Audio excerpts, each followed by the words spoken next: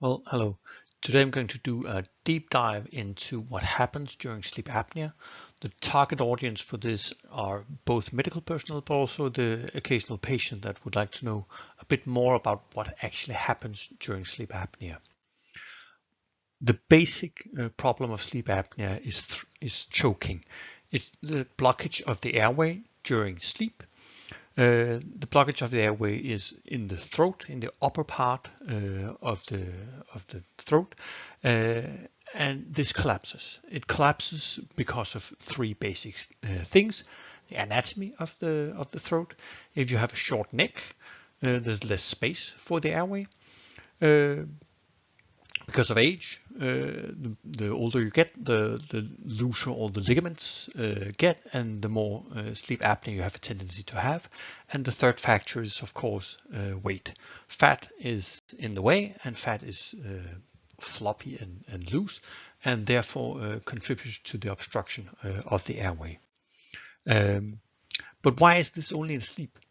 Well, it's because of the position. You're lying down with weight from the neck on the airway. It's also because it's during the sleep you relax in the muscles, and the muscles are actually really important for keeping the airway open. That's also why if people are unconscious, they can't protect their own airway. This to a certain extent happens when you sleep and relax in your throat muscles. But it's also because of changes in the autonomic system and also changes in how your body responds to oxygen and CO2. So there are a lot of reasons why it's only in sleep and you do not see the apnea during awake.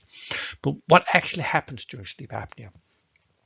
If we have the lungs here on one side blowing air out through a passage with less space, what actually happens is that the air has to move through this space.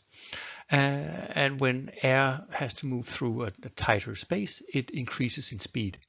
The problem is that when the air increases in speed, the pressure decreases. It's a bit counterintuitive, but it's actually what happens. When air moves faster, the pressure gets lower.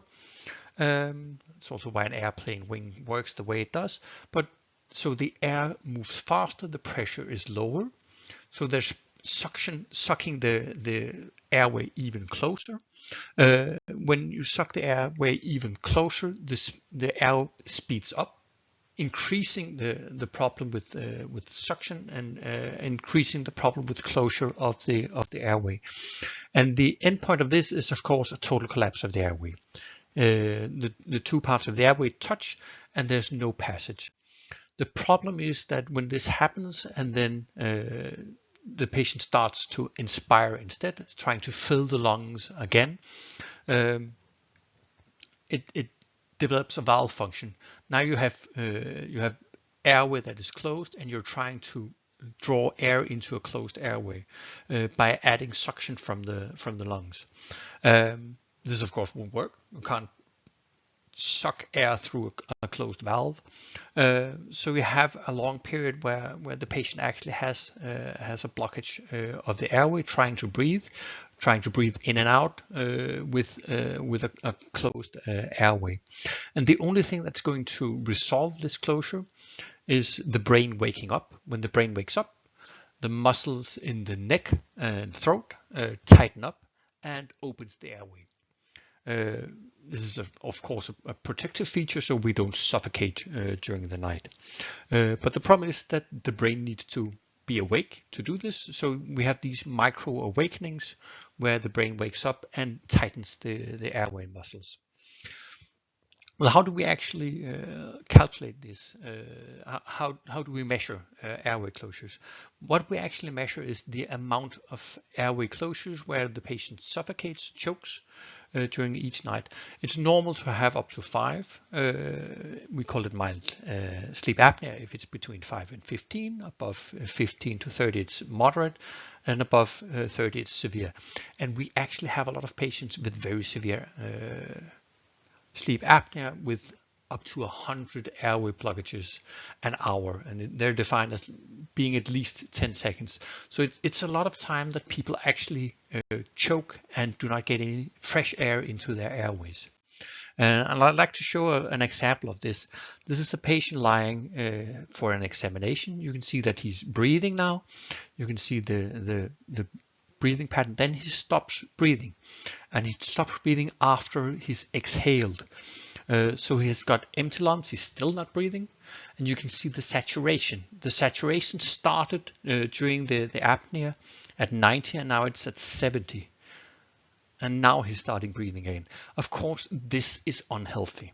And what we're going to do in this deep dive is go through why this is so unhealthy for the body. This is a close-up of what happened during the sleep apnea. This patient goes from 91 to 70 down to 68. It's really, really low for the saturation. If a patient goes into the emergency department with a saturation of 70, everybody's going to get very concerned. But the patient does this all the time, every night, up to 100 times an hour. So why is this so bad for the body? Well, a lot of things actually happen when you have this apnea. The first thing you're going to notice is that the oxygen, of course, decreases. The body uses oxygen, has no new supply of oxygen. So the oxygen in the blood decreases. CO2, of course, increases. That's logical. The body cannot get rid of oxygen, and therefore the amount of CO2 in the bloodstream increases. The heart rate increases. This increases because the body needs to move the blood that it has to do anything with, has available. It wants the oxygen in the rest of the body. So the heart rate increases. Blood pressure increases. Of course, this is the body trying to pump the remaining blood to the brain, to the rest of the body. But what we also see is because it's at the end of an expiration, it's the beginning of an inspiration, the interthoracic pressure actually decreases. So you try to breathe air into the lungs, and therefore the pressure decreases. This is actually problematic because the heart is located in the interthoracic cavity, and the heart gets its blood through this thoracic cavity. So actually the blood pressure on the side of the heart before it starts pumping actually decreases, and it needs to deliver blood at a higher pressure at the end. So the heart needs to push the blood a lot further uphill to get it to go to the body. This is actually really, really bad for the heart because the myocardiac, the heart muscles demand for oxygen increases during this. So we have an increased need for blood for the heart to deliver both an increased heart rate and an increased blood pressure. But there's no oxygen. There's no oxygen available, and therefore the heart cannot get the oxygen that it needs. And actually, when you change to having an increased heart rate, you change the systolic to diastolic fraction. Normally, the heart is actually the only muscle in the body that gets its blood from the diastole and not the systole, and that's because the heart is a muscle, and when it contracts, it cannot get new blood for the myocardium. So when you increase the heart rate, you decrease the available time for the heart muscle to actually get any blood. This increases the risk of atrial fibrillation. Both the low oxygen supply to the atrial, but also because of the lower interthoracic pressure, there's simply expansion of the atria in the low thoracic pressure, and there's a high risk of having atrial fibrillation when you have sleep apnea. This is of course bad for the body. There's a lot of inflammation, a lot of endothelial signaling going on, and these are the reasons for the increased rate of cardiovascular disease that follows on from having sleep apnea. So when we actually look at the patients with sleep apnea, we can see an increased risk of both hypertension, coronary artery disease, heart failure, atrial fibrillation, stroke, depression. A lot of bad cardiovascular diseases follow on from sleep apnea, and they are directly caused or at least directly increased in risk.